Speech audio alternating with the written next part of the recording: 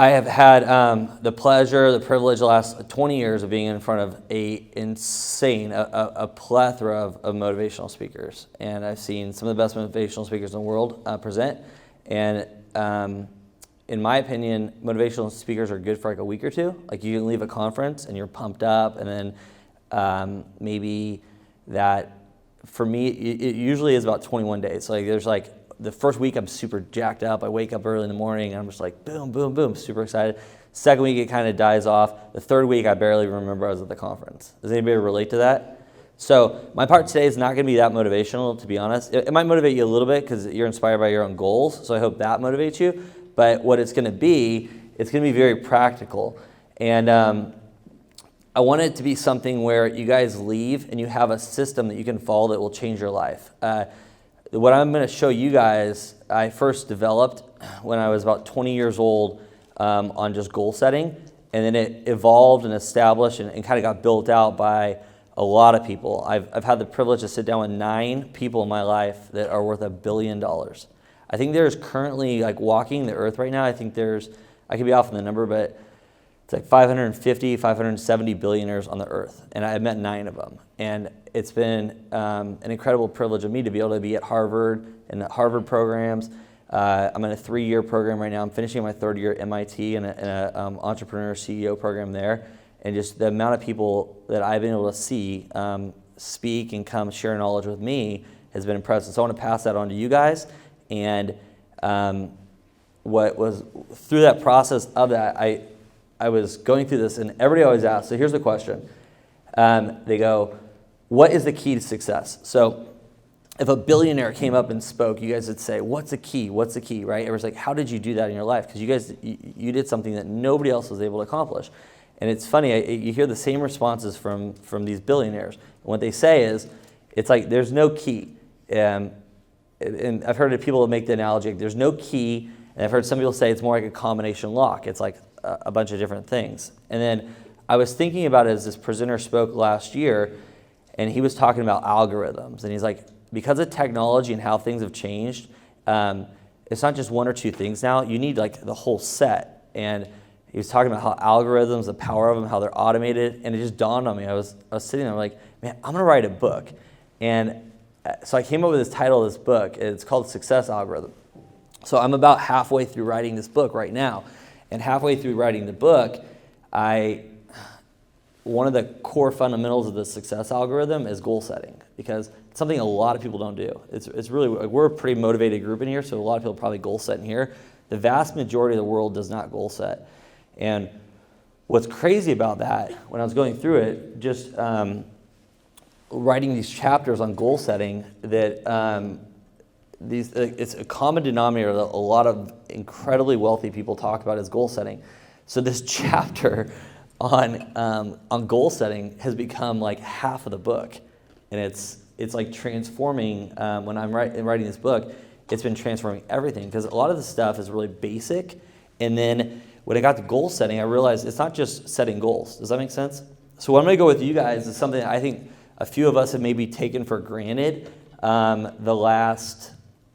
Some of us in here 15, 17, 20 years, some of us longer, that some stuff we do, and I'm going to teach you guys how to do it a lot more in depth. So if you've got a clean sheet of paper, take out that paper, a brand new clean sheet of paper, and I'm going to go through this with you.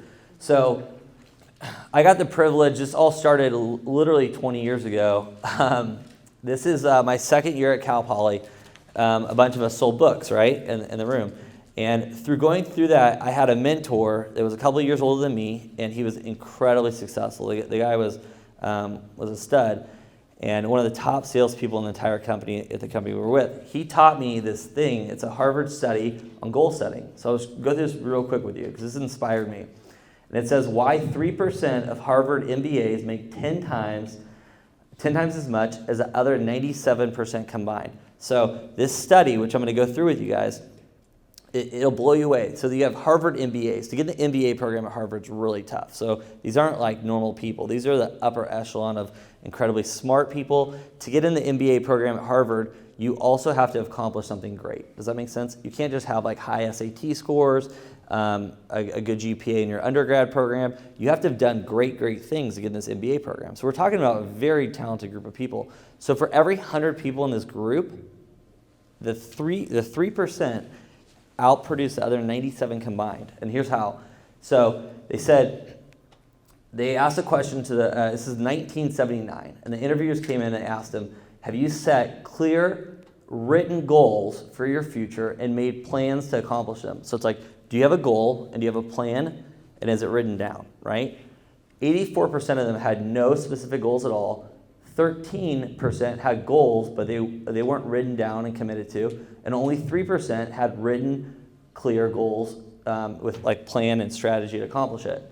So the summary is, they fast forward, and this is like in this study they go 10 years later and then 20 years later, and there 3% who had the clear written goals were earning on average 10 times as much as the other 97% put together. Does that make sense?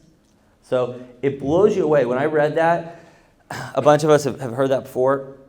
I went and researched it, and it really inspired me to start writing down my goals. So we did an exercise in college that really changed my life. And I'll show you this. So I wrote down 25 things I want to do before I die, right? And this inspired me so much my sophomore year of college that before I even graduated college, I had already bought a house in San Luis Obispo. The house closed literally before I walked and graduated college. So when I told people that at Cal Poly, they're like, I actually just got invited 2 months ago to go back down to Cal Poly and speak, and I challenged them. I said, has anybody in here thought of buying a house? And it was funny because everybody around here, their beliefs like, you can't do that, we don't have money, how do you can't buy it? I'm like, you guys can buy a house. I did it. And somebody challenged me when I was in college, and it was really cool because in the room they're like, man, a couple of kids are like, I want to do that. I want to do that. I don't know how I'm going to do it, but I want to find a way. I'm like, write it down. I didn't think I could do it, but I wrote it down, I saved money, and then it was important to me, so I found a way and I just did it. And it wasn't a big deal. I made more money on buying that home in San Luis Obispo than I did in that next 3 years working. That home appreciated more than does that make sense? The home outpaced more money than I made, but it all came from writing down my goals. Number 2, I also wrote down a goal to backpack Australia and New Zealand. I made a goal of making $30,000 in the summer, and I want to build a 60-person sales organization by age 23. When I wrote down all these goals, you guys, I was like, I wish you guys knew me. Tristan's in the room, so he can attest to this. At age 19 or 20, I was the biggest dipshit in the world. Like, I woke up at like 11 a.m. every day. I was like, what? It's true, yeah. I was like, what's up, bro? Oh, like I didn't know anything. And the goal-setting exercise that I did literally changed my life. I bought into this so much that I would hang it up on my bathroom mirror and I'd review it all the time. Those goals, like the second one on there, backpack Australia, New Zealand, I was so committed to this before I graduated college because I'm like, I want to see the world. If I don't do it now, when am I ever going to do it? And there's a quote. It says, the journey of 1,000 miles begins with a single step. I don't know if you've ever heard that. So the journey of 1,000 miles begins with a single step. So what I did is in February, I made a commitment, and I'm like, I'm going to, I didn't book any classes for when I came back from the summer that next quarter in Cal Poly. So it was like literally pot committed in terms of like, I didn't have classes to go to, right? So we finished that summer, me, Ben, Anthony, selling books. I come back, and the week that I come back, my best friend Sean Caleb was supposed to go with me to Australia. He calls me up and says, I can't go, I don't have the money, I'm blah, blah, blah, all these excuses. I'm like, crap, I have nobody to go to Australia with. I've never done any traveling in my life. I think I was 22 at the time. And long story short, I'm so committed to this list. I'm like, I want to cross this off my life goal. I went there, I had the best trip. I'm so glad I went alone. I backpacked with people from all over the world, got to meet people. It was an incredible experience. When I look back at my life and I'm laying there, if I get the privilege, I mean, nobody knows how you die, but if I get to look back at my life and have a moment of like looking back at the things you're proud of and things that you're glad you did, that will be on my like top 10. I'm so glad that I took that 3 months off and just backpacked Australia and New Zealand and got a chance to meet people. It was an incredible, incredible experience. And without writing this down, it would have never happened. So here's what I want to show you guys. I'm going to go through this system it'll literally change your life. But before I go through the system, I want to show you the way that people normally goal set. And it comes out of this. So I pulled up all these studies by writing this book, and less than 3% of Americans write goals, which is crazy, right? It's insane. Like, for every 100 people out there, only 3% of Americans have written goals. Less than 1% of the population reviews them and rewrites them. So like just seeing them in plain sight, there's a lot of studies on that. Okay, so in 2017, YouGov did a survey, and this is crazy. These are like these are the New Year resolutions everybody has. It's so funny because they've tracked these every year, like what the most popular New Year resolutions are, and they literally don't change. So the people that write these articles are like, we're going to write the same article again this year because it's, number one, people want to eat healthier. Number two, people want to get more exercise. And number three, people want to save more money. And that's like the extent of people. Have you ever seen people's New Year's resolutions? Like, what's your resolution? I want to eat healthier, get in better shape, maybe make some more money. And that's the extent of it. And that's people are like, I believe in goal setting. Yeah, I set goals. And you're like, okay. So I know you guys probably take that for granted, but that's like how the vast majority of the population thinks of goal setting. So this probably doesn't shock you, but 92% of people never accomplish their goal. And 25% of that population they study gave up the first week. After 1 week, they're like, I give up. That eating healthy thing that didn't really work for me. So that's where it comes to this. And this is something I believe so much in. I put a lot of time into this. In fact, this last month, me and Austin actually went and trademarked the name. So when we write the book, because what happens is, all of us do it. I mean, it's human nature. I'd say 99% of the stuff that I say to you guys is I stole from somebody else. Does that make sense? You read a good book, and then you like regurgitate it. You hear something good, and then you just kind of repeat it. This is the one thing that I can honestly say in my entire life that we've actually fucking came up with. You know, this isn't like everything else is stolen from somebody else, right? This goal setting funnel is something that I've built out the last 3 years. The last 6 months, it's been written down. It's all like, we have it trademarked. So that way what happens is when I launch something, I don't want to fucking hear this motivational speaker that's like, I'd like to talk to you guys today about the funnel goal setting program. You stole that, you know? So we have it trademarked. They can't, hopefully they don't steal it. Who knows? But this is mine. I developed it. And I'm going to go through it with you. So there's 7 steps. If you got the paper, step 1 is set life goals. And this is, so this first step, there's two problems people usually do with goal setting. Number one, they don't think big enough. They just do those basic goals. I want to eat healthier or whatever.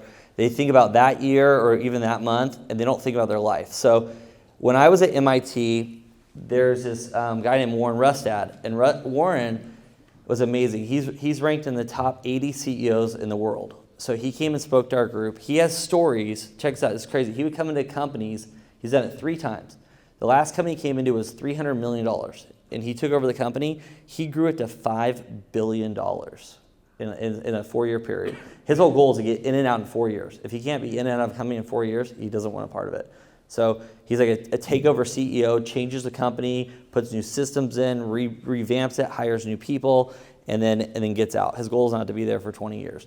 And he did a part with us that really impacted me. It's called Life by Design. And the whole idea is that he's an older guy. I think Warren's like in his 70s now.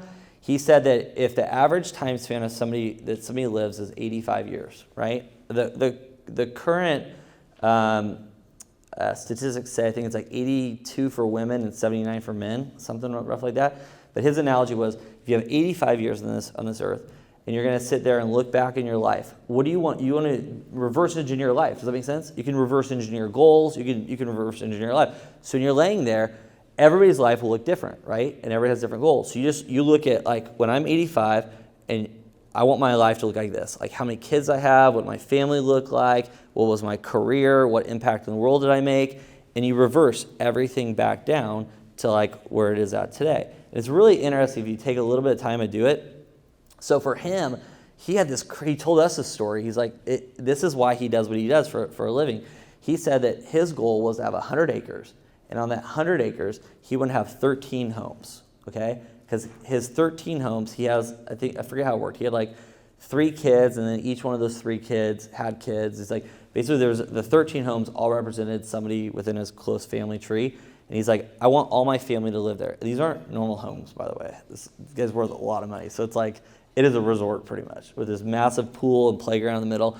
And it was so cool. Like this story, and this guy created it. It looks like Disneyland. It's just this ranch, and he's like, this is all because I had a vision of this, and then I work hard and I created it. So that was a quote like that reminded me of that. People don't plan to fail, they fail to plan.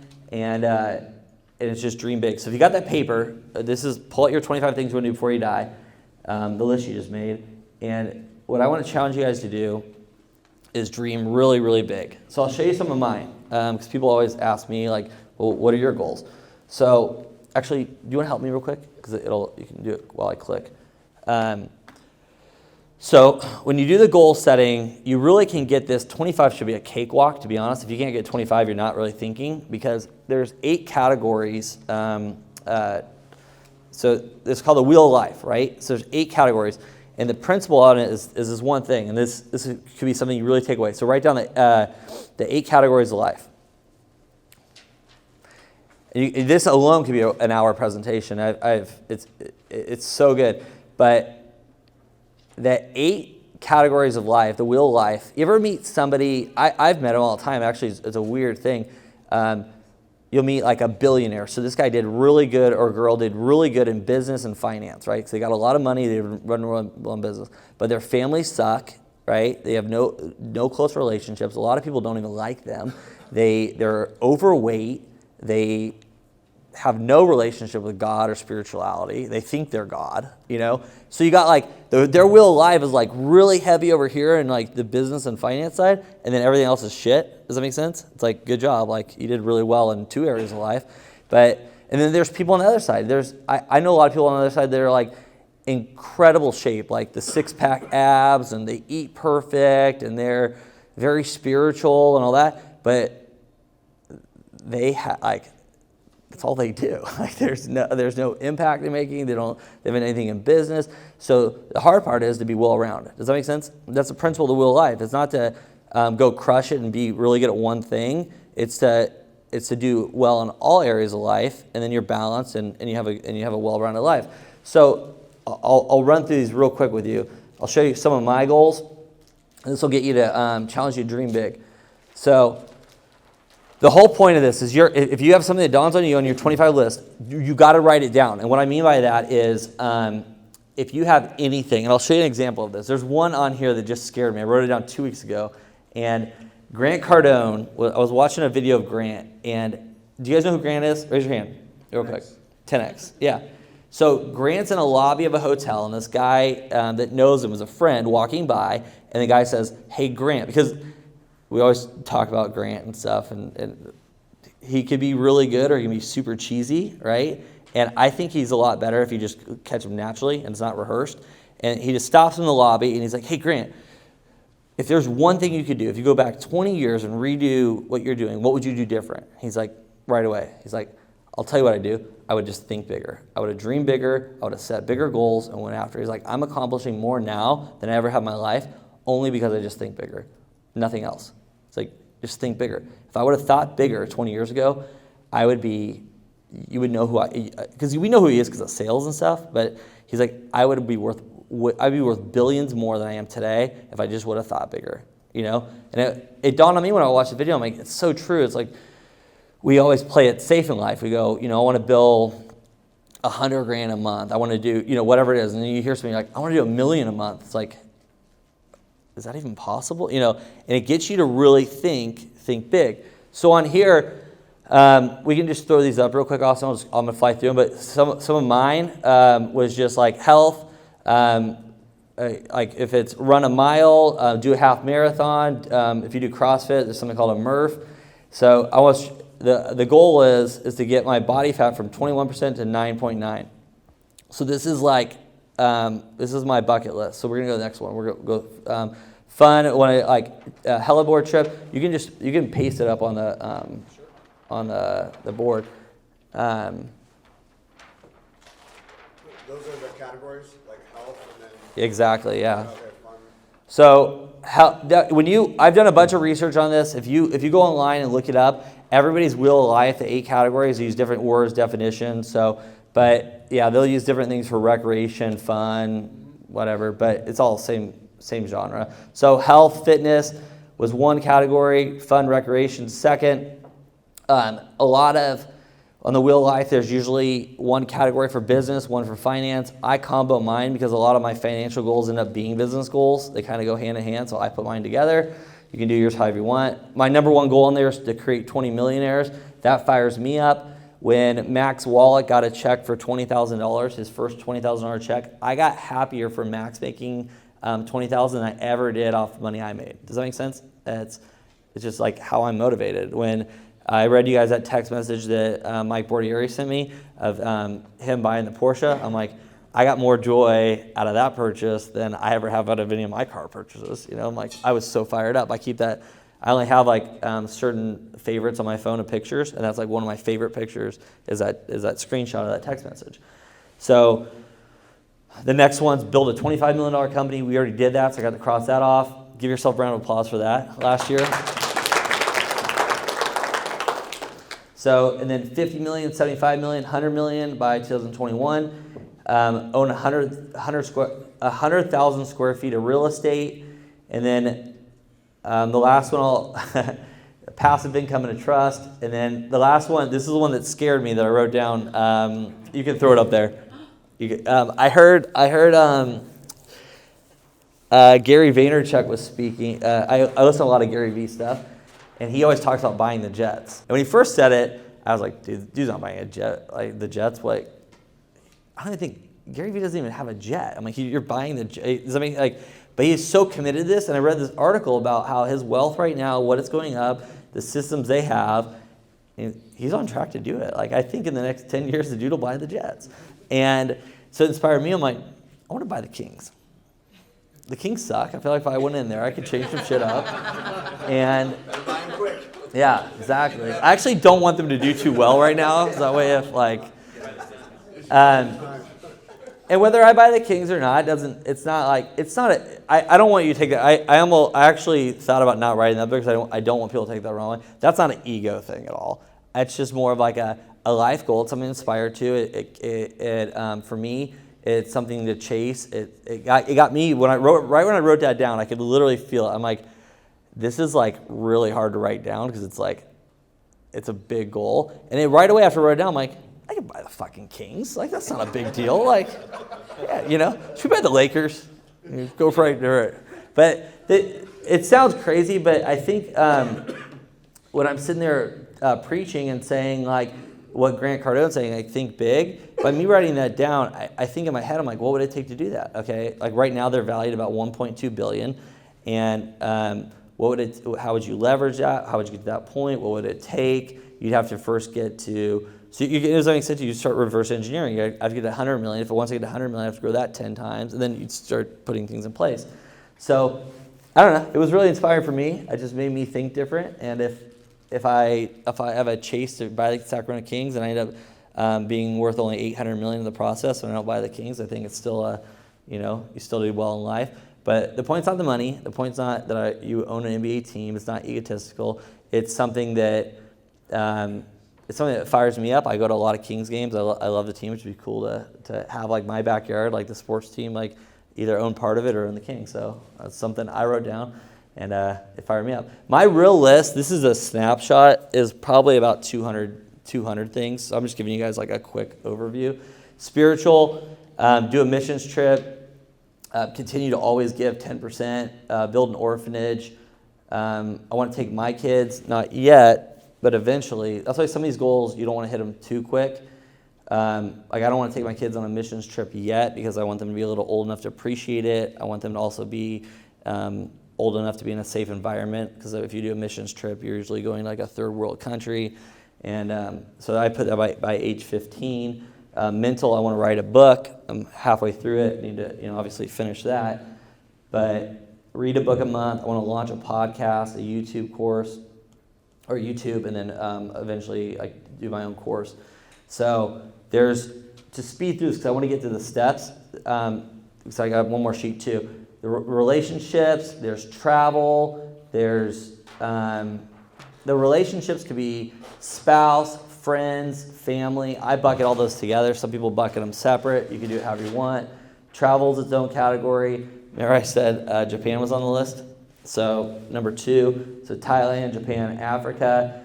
My real list has a lot more. My goal is 60 countries by age 60. I didn't see any countries last year. It was when I looked at my category of life, that was one of my big negatives this last year was I didn't do a good job of travel. So this year I want to go see 2 international countries this year and keep that process going. Because I also don't think if my goal is 50 by 50, that I don't want to be at age 49 and go see like 32 countries in 1 year. Does that make sense? I'm like, hit my goal, but so that's not effective either.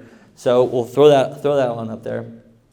And that kind of hits the 8 areas of life. So if you're inspired, write down any goal that popped up in your head. On this step 1, there's no bad idea. It could be any idea on step 1 that you can think of. And just the mere fact that you write it down, you're like, there's statistics on this of how much more likely you are to accomplish a goal just because you write it down. Okay, so next part. This is actually part of my Excel list. I just did a quick snapshot. You go, if you want to build this out the right way, you do on Excel sheet, you could start this, because eventually you want to get on a dream board, which like more pictures are more powerful than words. So, but you want to start, I just go to the category, then I go, what's the specific goal? What's my why? What's the time frame? And then I rank it 1 through 10 on like how important it is, so I can see like what's the most important things for me. So that's kind of how the system I do it. For step 2, it's create a timeline for life. Now, so I'll start with a question. If I gave you $100 million, we kind of made a joke with this because it's like, what would you do for $100 million? And people will do a lot of things. Like, we were talking in a group of us. There's like 6 of us. Said, would you cut your leg off for $100 million? Every one of the 6 people was like, absolutely, and cut both legs off. Like, people will do a lot of things for $100 million, right? If $100 million, you can make a big impact. You can do a lot of great things. But here's the one question where 99% of people wouldn't take the $100 million. And it comes down to this. It says, if I gave you $100 million, but you had to wake up the next day and be 85 years old, would you take it, right? Yeah. And 99% of people would not take the $100 million. Why is that? You're not going to enjoy it. Yeah, exactly. So you value time, right? Does that make sense? People value time. But on the flip side, when people wake up in the morning, they go throughout their day, they don't do anything, they don't accomplish anything, and they're kind of just in a rut. But most people value time. Does that make sense? It's like an inverse relationship. Like, in your core, you do value time. That's why your time is worth more than $100 million, right? Like, if you had the choice, $100 million or be 85, what would you choose? That's the vast majority of people are like, I would rather not take the $100 million. I'd rather just be my current age. Now, if we had a room of like 75-year-olds or 80-year-olds in the room, that might be a different outcome. But the people in this room, 99% of you probably would not take the $100 million, right? So you value your time. Your time is worth more than $100 million. So this is what create a timeline for your life. You've got all these big goals. If your goal list in step 1 can become 100, 200, 300 goals, then the next thing is it all comes down to the time. The rest of the equation all comes down to time. You have a certain amount of years on this earth to accomplish the goals on the list. It's really that simple. And it comes back to that whole analogy. Like, if you're on your deathbed and you're looking back and you look back in your life and you say, hey, did I give it my all or not? Does that make sense? 2 things that usually comes down to that people have regret on their deathbed. One's relationships. They wish that there was somebody like significant other, somebody that they wish they would have treated differently in their life. Does that make sense? Relationship regret. They wish they were nicer to people. But the other big regret is that things that they didn't do. They say, there's a Mark Twain quote, you'll see it in my presentation, but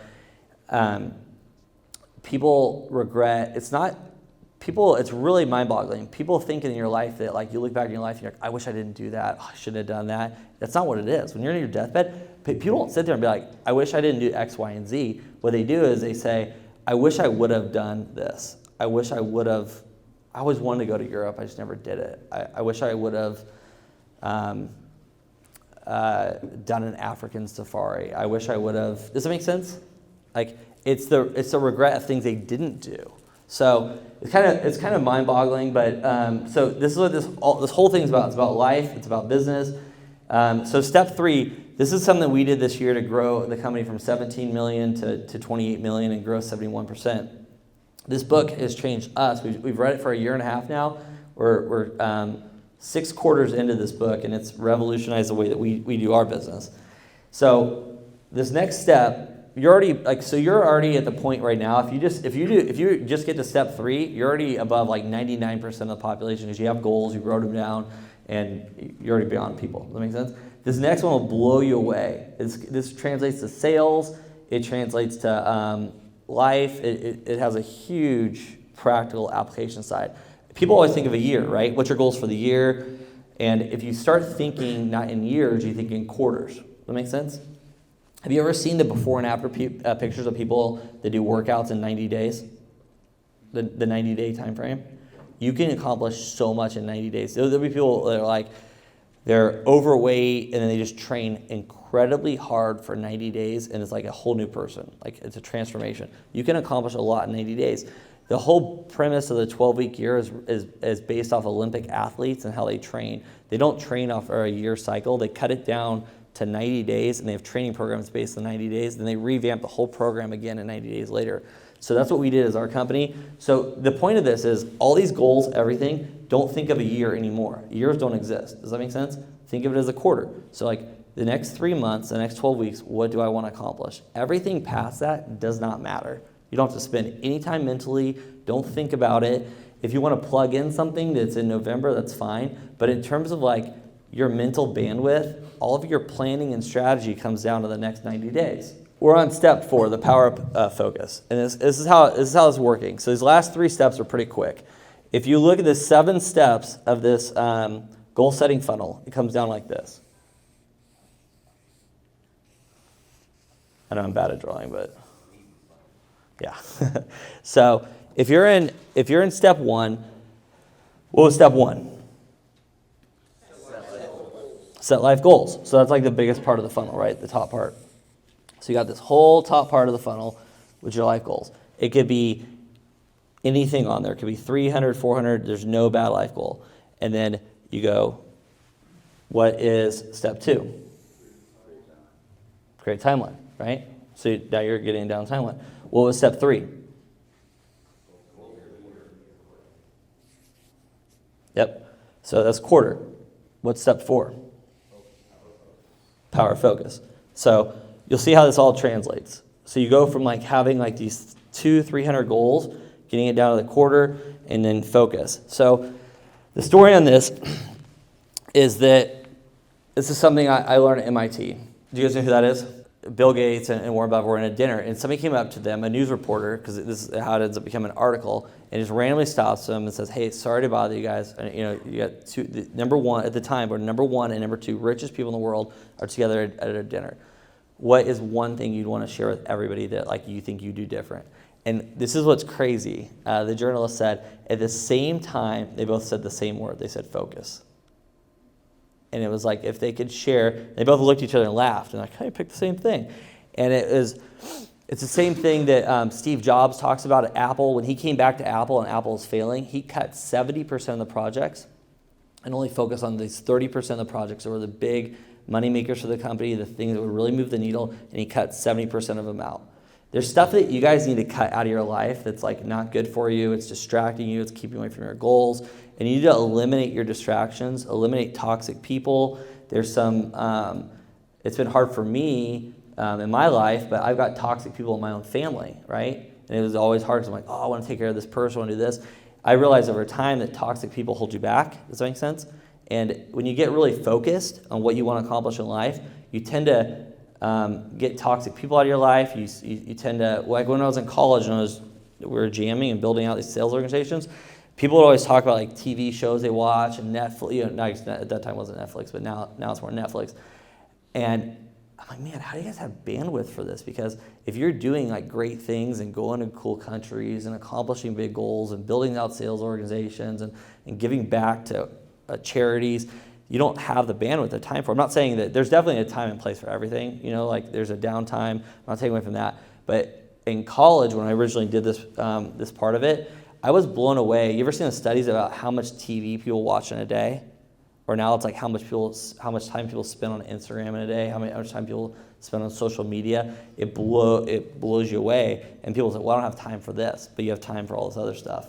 So the power of focus is step 4. It's just focusing in on those goals. Step 5, this is the strategy part. It's the kind of the fun part. I believe, like when you're setting the business goals, this is where it becomes really fun. For us, it's like, how do we leverage technology? How do we leverage our platforms? If we want to be a $50 million company this year, what does that look like? And we have to reverse engineer that whole goal. The whole part of this is smart goal setting. It's specific, measurable, attainable, relevant, and time-based. So this is, when I said that in the beginning, there's 2 errors that people make in goal setting. This is one of the errors. They say a goal, I want to travel. I want to do this. You want to be specific. What countries do you want to go to? So on there, it's like Thailand, Japan, Africa, and then you put timelines next to it. I want to go by 1 year. I want to go in 3 years. I want to go in 5 years. And you set time durations of things. So that's where this is, be specific. So when you look at your goals on your 25 list, what specific goals do you want to hit? How do you measure it? Is it attainable? Is it relevant? And is it time-based? So the attainable one is the one where I think that academia did this, and it's fucking bullshit, to be honest, because there's a counterbalance to this with goal setting. Me and Bernie do it all the time. We do, I want to set a goal that's attainable. It's like, that's why 20% growth is a very good number for a company. And then when we set 50% goal, he's like, I don't know if we can reach that. I'm like, let's do 70%. He's like, we can't, there's no way. The company we can't grow 70% in one. That's crazy. I'm like, let's do it. Like, there's insane studies on dreaming big, So the only part of the smart goal setting, and I've spent a lot of time when writing this book on this, I don't like the A in there, to be honest, because the attainable part is like you're setting yourself up to be mediocre. Does that make sense? I just set, you guys, set attainable goals. It's like, that's not inspiring. Like, that people that have done great things have set big goals and they chase after them, and sometimes you hit it, sometimes you don't, but the whole power of this is setting big goals. So step 6 is execute, schedule, and celebrate success. So I just kind of talked about this, but it's eliminating distractions. It's putting a schedule on your calendar of like what the goals are and how to schedule it, and then celebrate the success of the end. So I want to give you this analogy to wrap up these last 2 points. And I'll show you. Raise your hands. Who has seen the big rock analogy before? Raise your hand if you've seen it. Put your hand high. Okay? So about half the room has seen it, half hasn't. So I'll do this for you guys.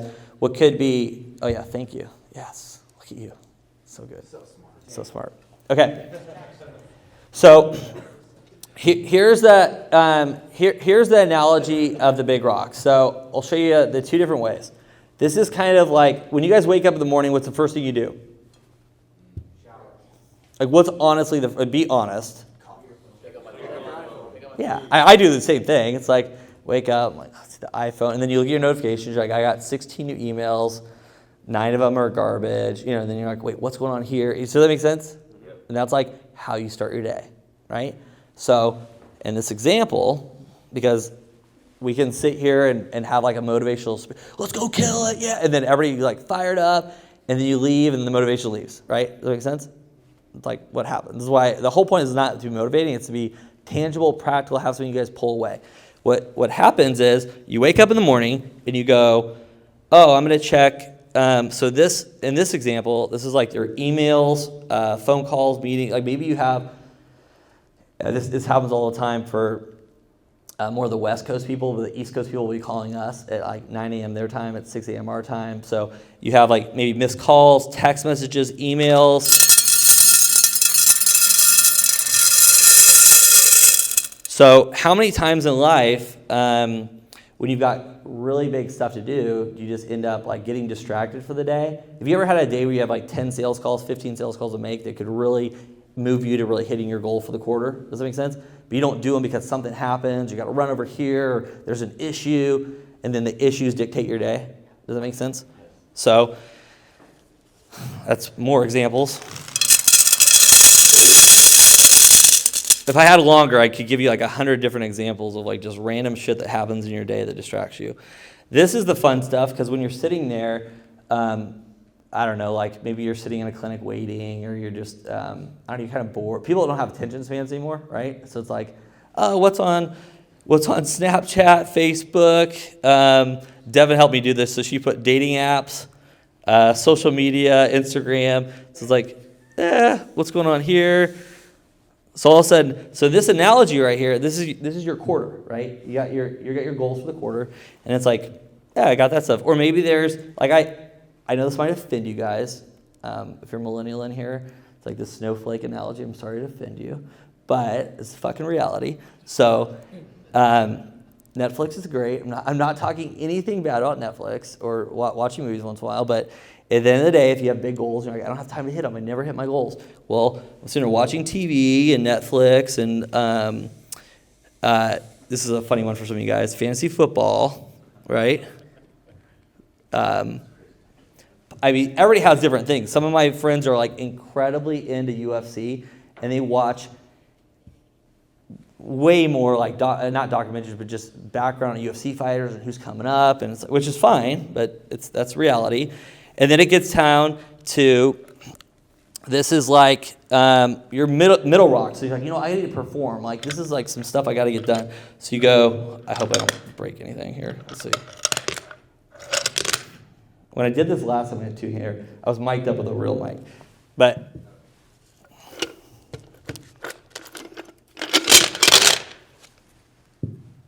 okay, so in this medium-sized rocks, these are important stuff. Like if you were actually, one could argue that like this is the things that's like, hey, I've got this marketing project, I've got this brochure, I need to get this doctor. It's all important stuff, right?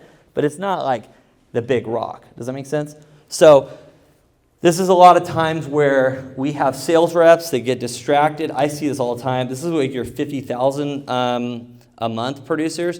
All you do is manage your accounts. Does that make sense? Account needs this, account needs that, it's valid. They're medium-sized rocks, but then you're never calling on new accounts. Does that make sense? They're not calling new accounts because they're like, I don't have time. I got to take care of my other people. Well, this over here is the big rocks. So right here,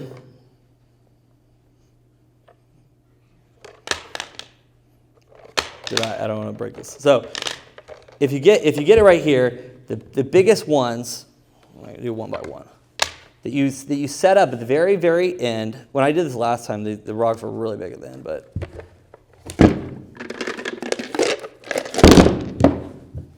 so you go right here and you have that last rock for the quarter. So whether it's to bill $1 million in a month, right? It could be travel, it could be whatever it is. It doesn't matter. Every quarter probably changes, but there's the most important one, and at the end of it, there's no time for it. Does that make sense?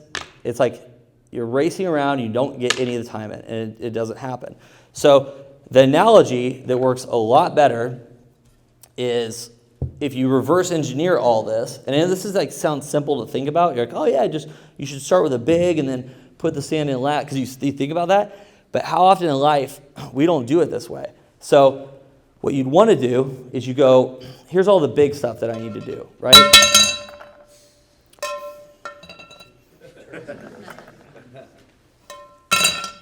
So you make that list on here.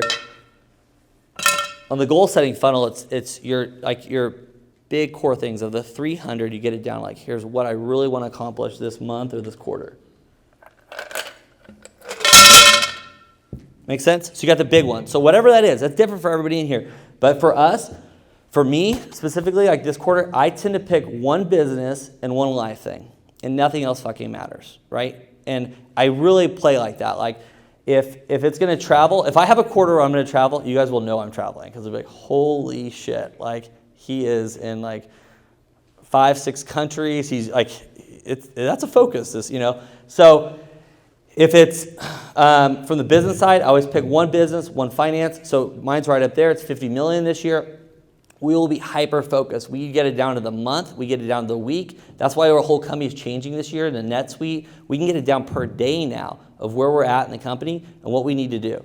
So it comes down to this next thing. So that's like the medium-sized rocks. Dang it. That's actually good for the camera.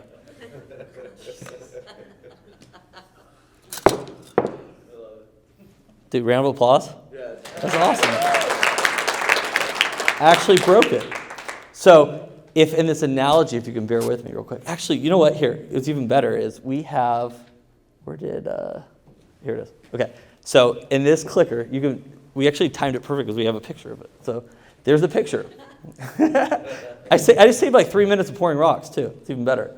Okay. So in the picture, you guys have seen it in real life. So the way it works is if you do the rocks the right way, and you put all the big rocks in first, then the medium, and then you get down to like, that's why super successful people, they turn their phones off for an hour, 2 hours, 3 hours, and they won't take phone calls, they won't look at text, they won't look at emails because they're so focused on the projects or what they got to do. Because if they execute, like Apple and Google, all these big companies, they execute on that big project, the big rock for the quarter, nothing else matters. And then you guys ever read The 4-Hour Workweek? Tim Ferriss? You remember that book? He'll do emails at the very beginning of the day and the very end of the day. He has like 2 points of the day where he does emails. The rest of the day, he will not touch email because he thinks it's just a distraction. So if I was to pour it, you do the big rocks, medium rocks. The small rocks, like emails and phone calls, can fill the gaps in your schedule. And then all the other stuff, once you do that, then you've got time for like whatever you want to do. If it's Instagram or Facebook, or if it's Netflix or whatever, you've got all the big rocks done, and then you can go enjoy it. Does that make sense? And the whole point of it, have you ever had like that week where you work so hard, you accomplish so much, and then you're sitting on Saturday and you enjoy that movie so much more because you had a great week? Does that make sense? You actually like, it fires you up, right? And that's the whole point of reverse engineering the schedule.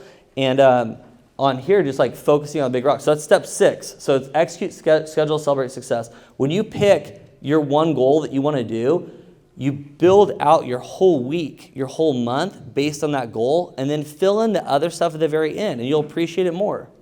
Okay, so step 7 is the final step, and we're done, is find a coach, a mentor, and accountability partner. So this is when I first did this whole goal setting funnel, it was originally the 6 steps. I added step 7 because I'm so sold on this. I'll give you a couple of quotes, like iron sharpens iron. You become like the people you surround yourself with. Jim Rohn said you're the average of the 5 people you spend the most time with. Eric Schmidt, so I'll play this video before I summarize it. I was going to summarize what Eric Schmidt said, but I found this clip. You want to get set up? So I found this clip on YouTube of Eric Schmidt. So before Eric speaks, Eric at the time was ranked, you could argue, the 1, 2, or 3 best CEO in the world. Google, when they started Google, and they were up and running, they call it adult supervision. So they want to bring in a CEO from the outside. They recruited Eric Schmidt to come into Google and be the CEO of all of Google. This is like how renowned and respected Eric Schmidt is. When Eric Schmidt came into Google, he did not have a mentor. He had no mentor. He's Eric Schmidt. He's like, I'm the best CEO in the world. Nobody can mentor me. And the guys at Google are like, if you're at Google, you have a mentor. It's our core. It's our philosophy. Everybody needs a mentor. There's one category in life that somebody's better than you at, and that's how you get better. And he's like, so he literally only did it because they forced him to do it. And then now he goes around and speaks all over the world about the power of mentors and how it changed his life. So I'm going to play this quick video for you guys. Over the years, I've received so many different kinds of advice, I don't know where to start. One that comes to mind is to have a coach. Our board member in 2002, John Doerr, said, you need a coach. And I said, well, I don't need a coach. I'm an established CEO. Why would I need a coach? Is something wrong? He said, no, you need a coach. Everybody needs a coach. So Bill Campbell became my coach and has served Google very well. Every famous athlete, every famous performer has somebody who's a coach. Somebody who can watch what they're doing and say, is that what you really meant? Did you really do that? They can give them perspective. The one thing people are never good at is seeing themselves as others see them. A coach really, really helps. So raise your hand, just show of hands, and you be honest. If you have like an actual coach or mentor currently, raise your hand. Raise your hand high. That's awesome. Give them a round of applause. That's pretty cool. So I want to summarize this. So I kind of went through these 7 steps. I want to show you how you can apply it, and it can literally, when I say change your life, it can literally change your life. And it comes down to this.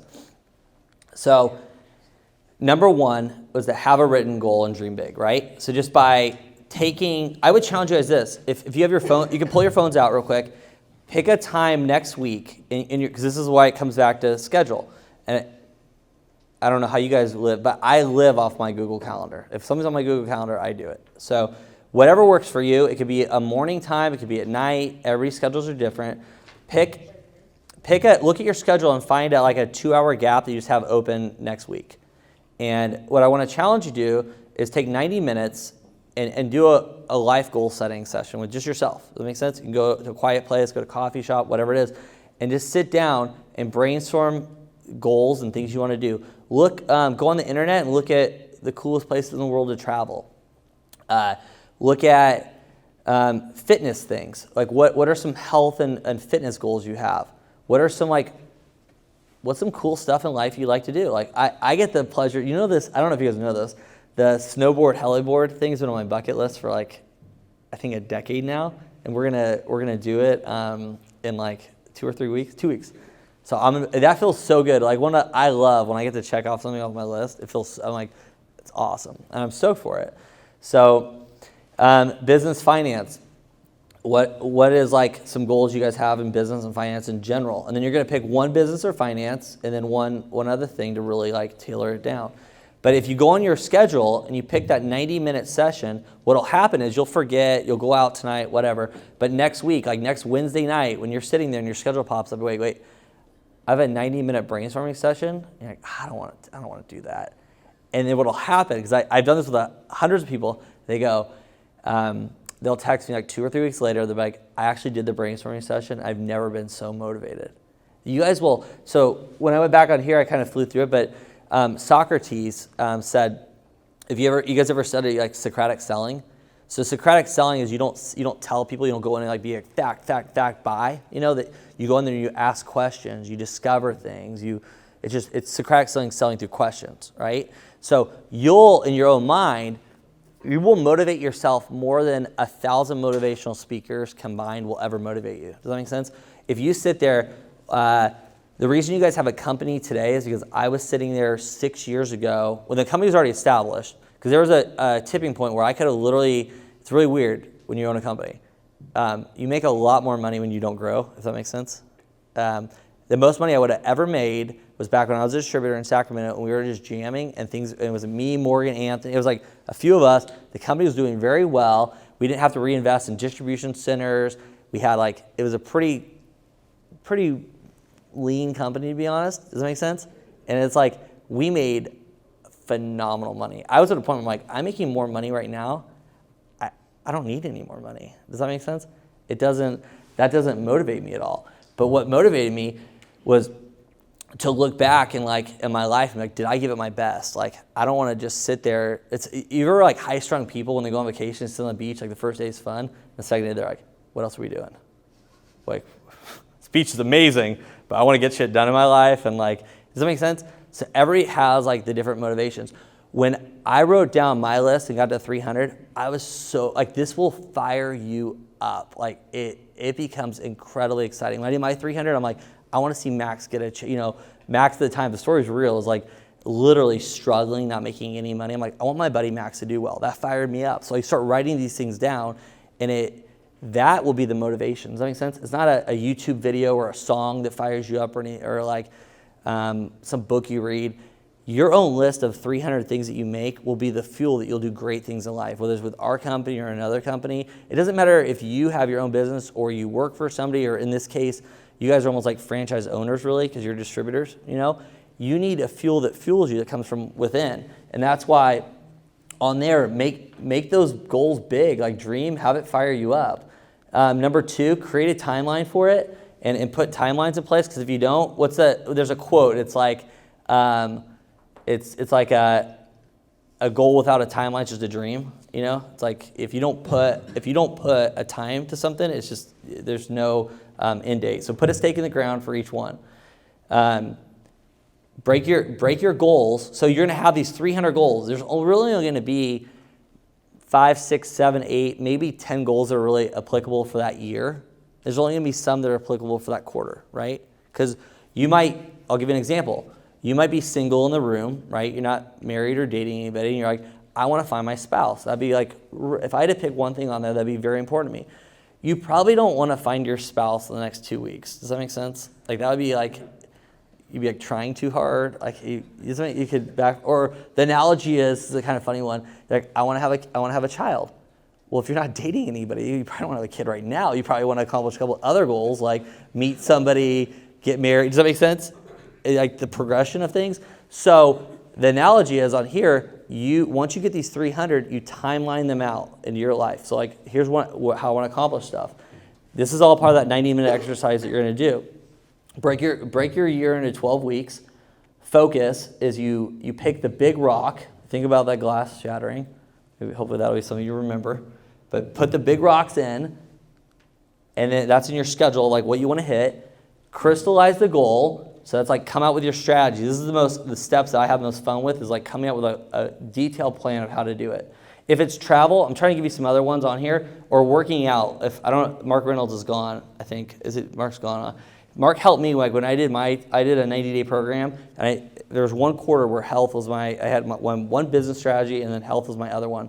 And I did that. I went from 21%, I got down to like 10.5%. It was the lowest I got for body fat, and it was a huge time commitment. Like it was massive. That's why I'm like, I'm not doing that again. That was fun for 90 days, but fuck that thing. But for that 90 days, I crushed it, and it was a good experience. But what I learned through that whole thing, crystallizing it, the people that work out really hard, there's a few of you guys in the room, they know their shit. Like they know exactly what they're eating for the day. They know their training regimen. They have that thing mapped out. It's not by luck. These people that get in phenomenal shape don't accidentally do it. They have like their set meals, their set calories. It is like very regimented. And when you do that, the crazy thing is we all understand that. People are, yeah, it makes sense. You can fucking do the same thing for business. Does that make sense? So like Greg is an awesome example of it. He's a system guy. If you do the systems that Greg did, it's very hard, it's very tough, but if you do it, it produces great results. So that's crystallizing the goal. Number 6 is schedule the plan. That's just putting things into your schedule. It's literally as simple as what we just did. It's going on your calendar, Google Calendar, Apple Calendar, whatever it is, and just putting in your schedule certain things. So for example, I know Greg's spoken about this a bunch of times. You have set times, Greg, right? Where it's like, I got to do fittings. I do sales calls till whatever it is, 4 o'clock, 5 o'clock, and then I do my fittings after 5 o'clock because he's committed to those time spots. Same thing, if it's sales time, you're not getting distracted by whatever it is, phone calls, emails, like I got to do the sales. If there's something urgent, then fine, but everything else, you're putting it off till after 5 o'clock. The last one, find a mentor. I know that's the reason I added that on there. It changed my life. When I got an EO, Entrepreneurs Organization, it's like in Sacramento, it's like 50 business leaders. There's tens of thousands worldwide. I was able to get a mentor of companies that are 100, 200. One of my mentors for a year was a $300 million company. It helped me to learn from other CEOs that are running companies 10 times bigger than our company, and what they did along the process for them to grow it has really helped me a lot. Without that, it's the same thing. If you've never ran a distributorship, you should go pull somebody like Chris Barton or Mike and Danielle or people that have been very successful. Like, how are you successful in your distributorship? Does that make sense? Your mentor can change. That's what's crazy about this whole funnel thing. It's only for the quarter. So if you got a health one, if that's your big thing, then that's your focus for the quarter. If your goal for the quarter is to go travel somewhere, then pick somebody that's been to that country, that knows it very well, pick their brain. Like, I want to have the most amazing trip. Like, what would you do in this time frame? Like, you could find a mentor in anything, but I'm surprised at how many people don't have mentors. So the last part is, to end this whole thing, if you guys can take out, hopefully you guys have it. We did this last year, and it was impactful for everybody. Pull out a clean sheet of paper. Do you guys remember in San Diego when Uriah spoke, and we wrote down what our top 5 goals were. So Kevin asked me at the break, he said, how do you review it? How do you see it every day, right? So when I did this for years, I always had it in my bathroom mirror. So every morning when I wake up, I'd be all groggy, I'd look up and have like all these things I want to do for the year. Does that make sense? So that's for me. Some people don't like that. It's a little too like, they don't like stuff in their bathroom hanging up, which is fine. So this is another idea. The more you see your goals, the better, right? I've seen people put on, like you have one on your phone, on your screensaver that inspires you. The more you see it, the more you have to hit it. So on this piece of paper, the reason I'm having this one is it'll remind you. It says, at the top of the paper, it says, Arizona, Biltmore, Waldorf Astoria Resort. So you'll remember, oh, I was at the Precision meeting, and you're going to write down, this is how I'm going to end this whole part, you're going to write down the 5 things you want to accomplish in your life that are the most important things. And a few of you guys, raise your hand who still has it in their wallet. Raise your hand high. Do you pull it out real quick if you're your wallet? This will be proof. So people don't. I know. I'm just. It's like the tangible evidence of like somebody pulling it out and showing the goals. And then Chris Barton showed me his list of 5 and how he had already hit 4 of them, right? And I showed that to Uriah, and Uriah's like, dude, that fires me up, man. That's so awesome. Because he's like, that's so cool that something I said, somebody took it, applied it, kept it in their wallet, and that motivates them every day. That makes a huge impact. So that's how I want to end this. If you guys can just label it 1, 2, 3, 4, 5, and write off the top of your head before you leave. Write the 5 things that inspire you the most in your life that you want to accomplish, and keep that in your wallet or your purse. And if you see it, just every time you pull out cash, if you see that, it kind of reminds you like, oh man, I want to buy that house, or I want to buy that car, or I want to take that trip, I want to hit that sales goal. Just seeing that randomly throughout your week makes a huge difference. So with that said, I'm done. So hopefully that was good for you guys. Appreciate it.